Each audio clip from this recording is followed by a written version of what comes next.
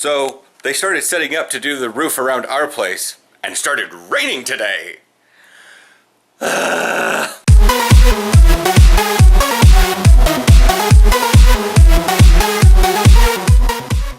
Morning. Apparently there wasn't enough puddles in the driveway to dictate whether or not I should bring the camera out while vlogging. Now I'm looking down at that puddle, and it's like, that looks a little too frequent. Come to think, but I haven't actually taken a picture of the camera to show you guys exactly how broken this thing is. Yeah. Right on the top of my head. Trees need leaves. Trees need leaves. Trees need leaves. It's not nearly that bad. It's just that we have really large drops hitting me. Well, and they're probably pretty chilly. A little bit. So, benefit, for those of you that had a bit of anxiety yesterday near the end of the video, we are later than usual, so hopefully we won't run into the guy. I'd prefer that we be there at our normal time and people don't ride down the Max platform, but... Yeah, that would be preferable. But I do like the fact that, you know, two people are cheering Aaron on. Okay, I'm not necessarily sure Space Blonde was cheering him on, just that your New Yorker got activated. I don't really know what that means. I've only been to New York for choir tour, and that was 2 days. So, didn't get a good idea of the place. But I've got a little bit, like Nick already asked me yesterday, he's like, football's tomorrow. And I'm like, that works. He goes, we might be able to do some 3-on-2 or 2-on-3. And I'm like, still 5. He goes, because we have 2 new people. And I was like, is it those weird flag people from before? He's like, no, these guys are Asian. Like, all right. Which well, is, at least they're not weird flag people. Which is funny because Nick, ever since his injury, now that he's actually able to, you know, do stuff again, he's a weird flag person.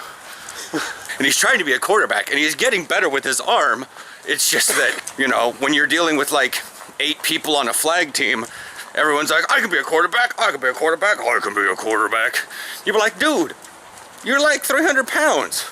Snap the ball. Since I don't actually know much of the details, I'm going to describe Aaron's late, like it wasn't just a meeting. He actually like set up something, or was at least setting up a work order, it seemed. This morning? Yeah. Yeah. The requester for one of my monthly dashboards wants to add 3 little simple things and maybe some charts and graphs. But it's gonna be like double the work every month. I was like, I know we can't get into a lot of specifics, but I was just sitting here, like, while I was doing the Stormheim invasion, I was sitting here listening to Aaron, like, go off his checklist of like, do you want this done? Do you want this done? Okay. Now, do you want this done also, or do you want this done instead? And I'm like, I was like, Aaron can talk fast when he needs to. Because I was having to interrupt her to get her to stop talking so I could get clarification. Yet he doesn't do that to me. I do. You don't do it well enough. No. Because you gotta remember, she probably isn't used to being interrupted and was okay with it. I'm used to being interrupted. You've heard me and Willie talk. We get ourselves excited over trying to fight each other for who's gonna talk who's gonna talk the most. Yeah. But yeah, after Aaron got on the train yesterday, I hung around to finish attacking the gym and going through my Pokemon.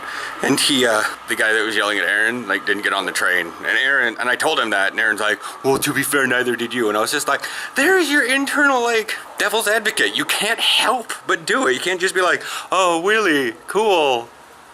You have to tell me, well, you didn't either, so be fair to someone. And I'm like, I don't want to be fair to that.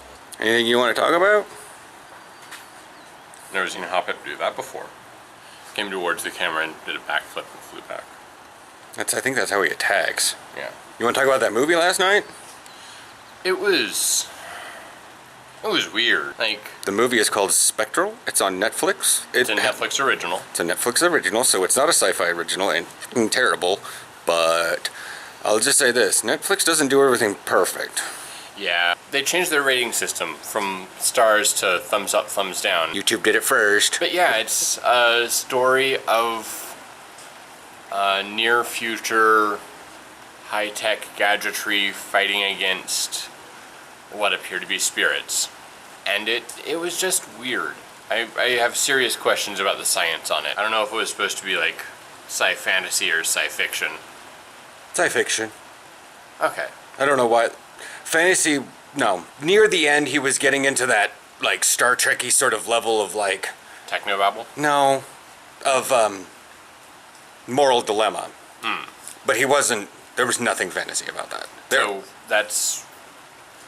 So the plot device that allowed the spirits to exist. Yep. Theoretically feasible. Okay. Yeah. I mean, it's no less feasible than a warp drive. Because to me, fantasy, while it can be in the future, has to involve some semblance of magic. For me, it's science fiction if the concepts in it are based on actual science, versus sci fantasy would be the concepts in it are based on a very loose and bad misunderstanding of things that are kind of science-y. So sci-fi original films are sci-fantasy original films. Because they just absolutely... Yeah. Mega Shark versus Giant Octopus. See, here's the thing. It's when you first said it, I was like, are you making up sci-fantasy? I've never heard that term before. And that's why I was confused. Because you were basically saying dumb science fiction. Not... I'm saying science fiction that doesn't follow any of the rules. Star Wars using twin ion engines, TIE fighters, as these really fast jet fighter-like things that can turn on a dime. When that isn't how ion engines work at all. Did we know that at the time? Did we know that's not how they worked? Yeah. Yes. But could it be feasible? Now, here's the thing. Could it be feasible in the future? I think you're applying way too much logic to science fiction sometimes. Principles of an ion engine prohibit rapid acceleration and turning. We don't necessarily know if, like, the matter-antimatter engine would work in such a way, because we can't build one. Right. So technically, after we get to the fact that we can't do that with a matter-antimatter thing, Star Trek becomes sci fantasy. Because it just doesn't work that way. Even though at the time... The understanding at the time was that it would work. That's Yeah. what I'm talking about. The understanding at the time, Star Wars universe and physics are built off of, this looks cool, oh, shoot, let's figure out an explanation. Star Trek is, let's figure out the explanation, and what does that result in? Alright. Not how Star Trek started out. They basically techno-babbled it and everybody made it work scientifically. Yes, but it wasn't the fans making it work scientifically, it was the producers and writers. Actually kind of had a science background. Fair enough. Okay. But what are your thoughts on this debate? Yeah. Who do you agree with? What qualifies in your mind as sci-fi or sci fantasy? Alright, well. Bye.